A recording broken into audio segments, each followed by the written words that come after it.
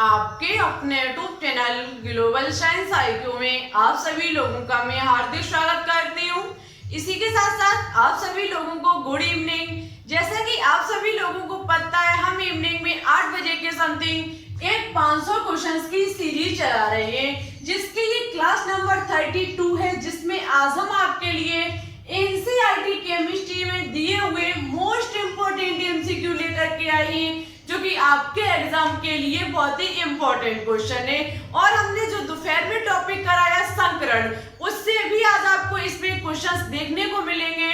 तो आप सभी लोग आज की क्लास को बिल्कुल भी स्किप मत करें। और यदि अभी तक आपने संकरण वाली क्लास को नहीं देखा है तो उसे सबसे पहले अटेंड करें, क्योंकि यदि उसे आप एक बार देख लोगे तो यहाँ पर उससे बनने वाले क्वेश्चन की आपकी प्रैक्टिस हो जाएगी। ठीक है, क्योंकि आपको पता है जो हम दोपहर में पढ़ाते हैं उसकी इवनिंग में 500 क्वेश्चंस की सीरीज में आपकी हम प्रैक्टिस करवाते हैं। लगभग वहां से हम 2 से लेकर के 3 तक क्वेश्चन आपके लिए लेकर के आते हैं, जो कि लगभग एग्जाम में पूछे जा चुके हैं या फिर पूछे जा सकते हैं। ठीक है, और अभी तक आपने इस 500 क्वेश्चंस की सीरीज में 1 से लेकर के 31 तक यदि एक भी क्लास को छोड़ा है या फिर एक भी क्लास को नहीं लिया है तो सबसे पहले उन्हें जरूर देख लें, क्योंकि 1 से लेकर के 31 तक हमने जितने भी क्वेश्चन कराए सभी आपके एग्जाम के लिए बहुत ही इंपॉर्टेंट क्वेश्चन है।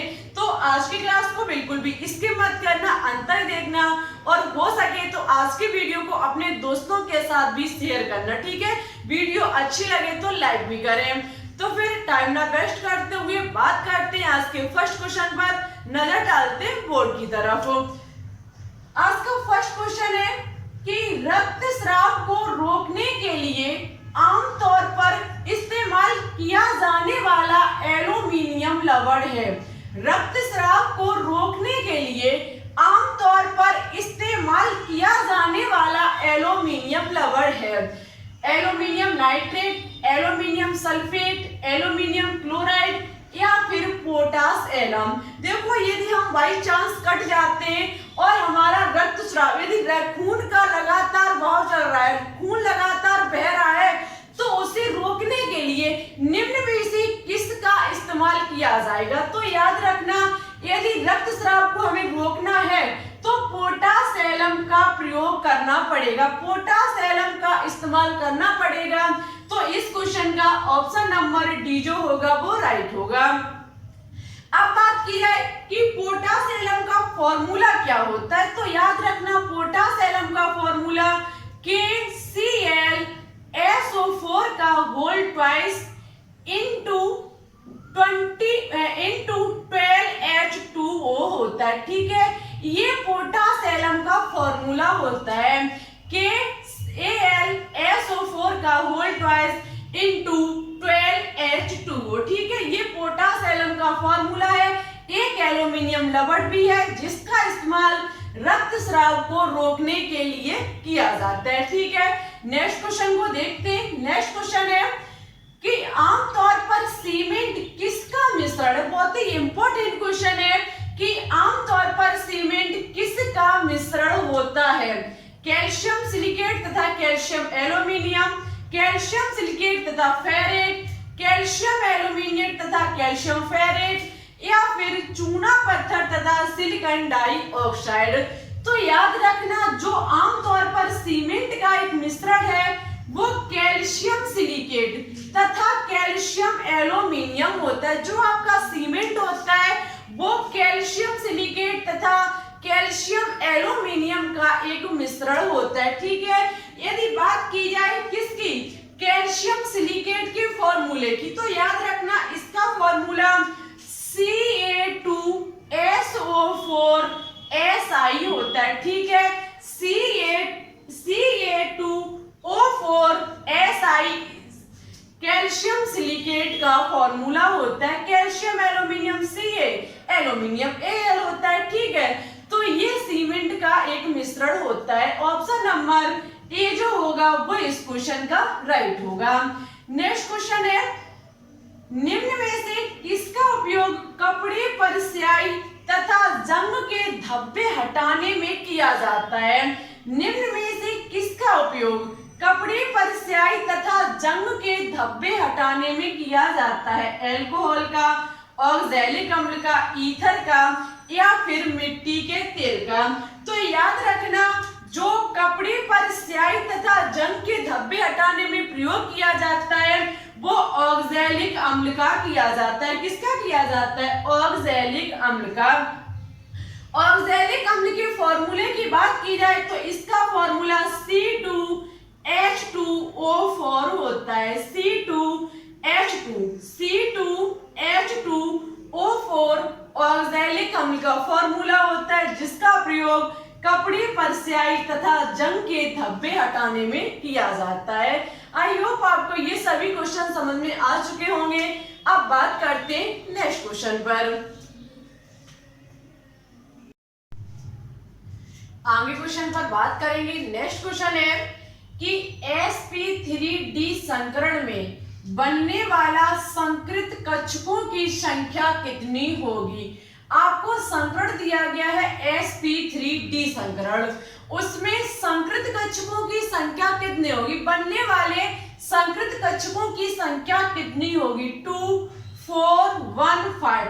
आपको पता है, मैंने बताया था कि जितने संकरण कक्षक भाग लेंगे बनके उतने ही संकृत कक्षक तैयार होंगे, वो भी समान ऊर्जा वाले, समान आकृति वाले और समान आकार वाले। ठीक है, तो इसमें sp3 एक s कक्षक, 3 हमारे p कक्षक और एक हमारा d कक्षक बराबर कितने हो जाएंगे? 5 कक्षक। ऑप्शन नंबर डी जो होगा वो इस क्वेश्चन का राइट होगा। जितने संकरण कक्षक भाग लेंगे बनकर उतने ही संकृत कक्षक बाहर निकलेंगे, वो भी समान ऊर्जा, समान आकार और समान आकृति वाले। ठीक है, इस क्वेश्चन का ऑप्शन नंबर डी जो होगा वो राइट होगा। नेक्स्ट क्वेश्चन है, sp संकरण की आकृति कैसी होती है? sp संकरण की आकृति कैसी होती है? त्रिकोणीय, चतुष्फलकीय, रेखिक या फिर इनमें से कोई नहीं? तो sp संकरण, आपको पता है sp संकरण दो संकृत कक्षक, एक s है दूसरा हमारा p है, बनके तैयार भी दो होंगे। दो sp संकृत कक्षक बनके तैयार होंगे, वो भी दोनों विपरीत दिशा में जाएंगे। एक हमारा संकृत कक्षक ये हो गया, तो दूसरा हमारा संकृत कक्षक कौन सा होगा? दूसरा हमारा जो संकृत कक्षक होगा वो इस प्रकार से होगा, दोनों विपरीत दिशा में जाएंगे। इनके मध्य बनने वाला कोण 180 डिग्री का होगा।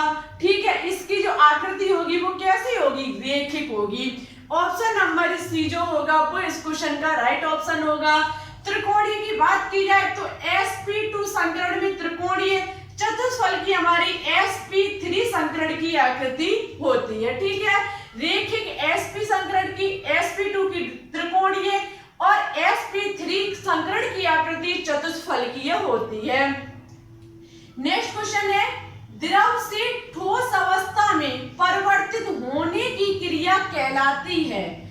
द्रव से ठोस अवस्था में परिवर्तन होने की क्रिया कहलाती है हिमांक, गलनांक, संघनन या फिर ऊर्ध्वपातन? तो इसका आंसर आपको हमारे कमेंट बॉक्स में देना होगा कि द्रव से ठोस अवस्था में परिवर्तित होने की क्रिया क्या कहलाती है। ठीक है, नेक्स्ट क्वेश्चन है, लेड पेंसिल बनाने में किसका प्रयोग किया जाता है?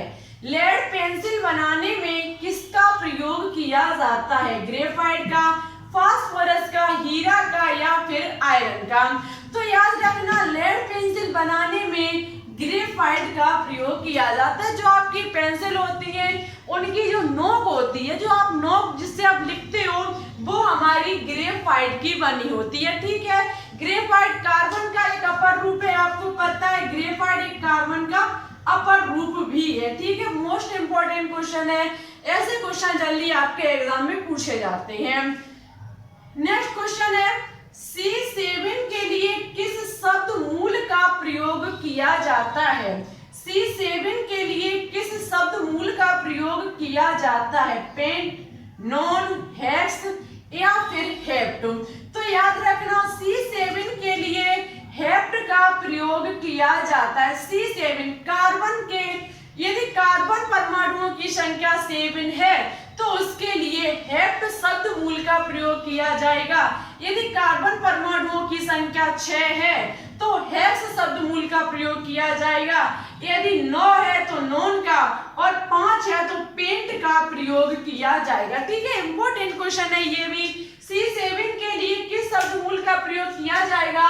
तो C7 के लिए हेप्ट शब्द मूल का प्रयोग किया जाएगा, जबकि C6 के लिए हेक्स का और C9 के लिए नॉन का और C5 के लिए पेंट का प्रयोग किया जाएगा। ठीक है, ये भी क्वेश्चन इंपॉर्टेंट क्वेश्चन थे। अब बात करेंगे नेक्स्ट क्वेश्चन पर।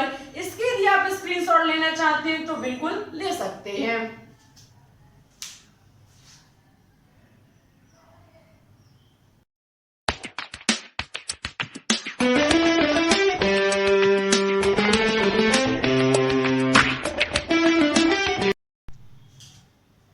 बात करते हैं नेक्स्ट क्वेश्चन पर। नेक्स्ट क्वेश्चन है, किसी क्वांटम संख्या का मान निश्चित रूप से अलग होता है। किसी क्वांटम संख्या का मान निश्चित रूप से अलग होता है। मुख्य क्वांटम संख्या, द्विघांशी क्वांटम संख्या, चक्रण क्वांटम संख्या या फिर चुंबकीय क्वांटम संख्या। तो याद रखना, जो निश्चित रूप से जिसका मान अलग होता है वो हमारी होती है चक्रण क्वांटम संख्या। कहने का मतलब है 4 हमारी क्वांटम संख्याएं होती है, मुख्य क्वांटम संख्या, द्विघांशी क्वांटम संख्या, चक्रण क्वांटम संख्या और हमारी तीसरी होती है चुंबकीय क्वांटम संख्या और चौथी होती है चक्रण क्वांटम संख्या, जिन्हें इंग्लिश में कहा जाता है principal quantum number, azimuthal quantum number और थर्ड हमारी होती है मैग्नेटिक क्वांटम नंबर, उसके बाद स्पिन क्वांटम नंबर। जो स्पिन क्वांटम नंबर होता है वो किसी भी परमाणु में यदि 2 इलेक्ट्रॉन उपस्थित हैं, यदि किसी भी परमाणु में 2 इलेक्ट्रॉन उपस्थित हैं तो उसमें इन चारों में से 3 का मान समान हो सकता है। हमारी प्रिंसिपल क्वांटम नंबर का मान समान हो सकता है, एवं जो हमारा एज़ोमेथल क्वांटम नंबर होता है उसका मान समान हो सकता है, मैग्नेटिक क्वांटम संख्या मास हमारी समान हो सकती है, लेकिन जो स्पिन क्वांटम नंबर होता है वो पूर्ण रूप से निश्चित रूप से अलग होगा। ऐसा कहा जाता है पाउली के अपवर्जन नियम से। जो पाउली का अपवर्जन सिद्धांत है, पाउली का अपवर्जन सिद्धांत, पाउली के अपवर्जन सिद्धांत के अनुसार कहा गया है कि यदि किसी भी परमाणु में 2 इलेक्ट्रॉन है तो उसकी चारों क्वांटम संख्याओं का मान कभी भी निश्चित रूप कहने का मतलब है समान नहीं होगा। यदि मुख्य क्वांटम संख्या और हमारी द्विघांशी क्वांटम संख्या और चुंबकीय क्वांटम संख्या का मान यदि समान हो गया तो स्पिन क्वांटम नंबर, चक्रण क्वांटम संख्या का मान निश्चित रूप से अलग होगा। ऐसा कहा गया है पाउली के अपवर्जन सिद्धांत के अनुसार। एक बार हम अपनी बात को फिर से दोहराते हैं। पाउली के अपवर्जन सिद्धांत के अनुसार कहा गया है कि यदि किसी भी परमाणु में 2 इलेक्ट्रॉन उपस्थित हैं तो उसकी चारों क्वांटम संख्याओं का मान कभी भी समान नहीं हो सकता है। यदि बाई चांस मुख्य क्वांटम संख्या, द्विघांशी क्वांटम संख्या और चुंबकीय क्वांटम संख्या इन तीनों के मान यदि समान हो गए तो चक्रण क्वांटम संख्या का मान निश्चित रूप से अलग होगा। कहने का मतलब है क्योंकि यदि 2 इलेक्ट्रॉन है तो एक हमारा क्लॉकवाइज होगा तो दूसरा कैसा होगा, एंटी क्लॉकवाइज। क्लॉकवाइज होने पर हमारा +1/2 होता है और एंटी क्लॉकवाइज होने पर -1/2 होता है। इसलिए स्पिन क्वांटम नंबर जो होता है उसका मान निश्चित रूप से अलग होता है। ठीक है, ऑप्शन नंबर सी जो होगा वो इस क्वेश्चन का राइट आंसर होगा। नेक्स्ट क्वेश्चन है कि किन्हीं 2 परमाणुओं के अर्धवृत्त कक्षक आपस में मिलकर के किस बंध का निर्माण करते हैं। किन्हीं 2 परमाणुओं के कैसे कक्षक, अर्धवृत्त कक्षक आपस में मिलकर के किस बंध का निर्माण करते हैं। आयनिक बंध का, सही संयोजी बंध का, धात्विक बंध का या फिर इनमें से कोई नहीं।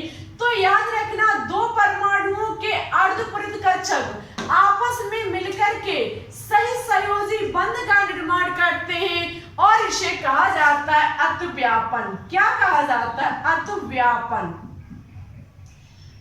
याद रखना 2 परमाणुओं के अर्धवृत्त कक्षक आपस में मिलकर के सही संयोजी बंध का निर्माण करते हैं और इसे कहा जाता है अतिव्यापन। ठीक है, बहुत ही इंपॉर्टेंट क्वेश्चन है। अतिव्यापन केमिकल बॉन्डिंग का एक टॉपिक है जिससे अवश्य ही पूछा जाता है। नेक्स्ट क्वेश्चन है, कौन सा विलियन राउल्ट के नियम का पालन नहीं करता है? कौन सा विलियन राउल्ट के नियम का पालन नहीं करता है? अनादर्श विलियन, आदर्श विलियन, ए व बी दोनों, या फिर इनमें से कोई नहीं?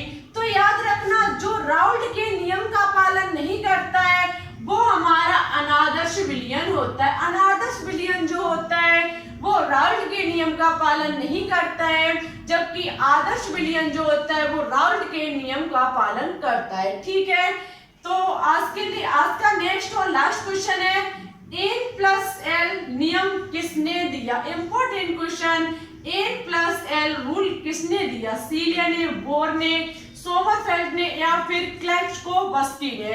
तो याद रखना, N+L जो रूल दिया है वो क्लेट्ज़्कोवस्की द्वारा दिया गया है। क्लेट्ज़्कोवस्की द्वारा N+L नियम दिया गया। अब आपको बताना होगा N+L नियम कौन कौन से होते हैं। हमारे साथ हम आपको बता देते हैं, दो रूल होते हैं। दोनों ही रूल आपको कमेंट बॉक्स में कमेंट करके बताने होंगे कि N+L के क्या रूल हैं। ठीक है, आज हमने आपको जो भी क्वेश्चन होमवर्क में दिया, आप सभी क्वेश्चन का आंसर कमेंट बॉक्स में देने की कोशिश करें। जहां कुछ भी समझ में ना आए आप कमेंट कर दें, हम आपको नेक्स्ट क्लास में समझाने की पूरी कोशिश करेंगे। ठीक है, और अब हम नाम लेते हैं जिन बच्चों ने पिछली क्लास का आंसर राइट दिया।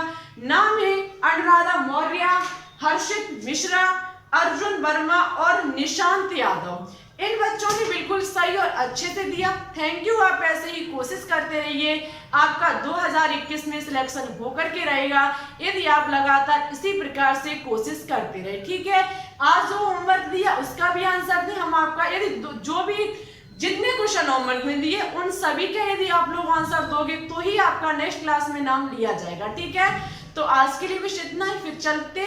वीडियो अच्छी लगे तो लाइक एंड दोस्तों के साथ शेयर करना बिल्कुल भी ना भूलें।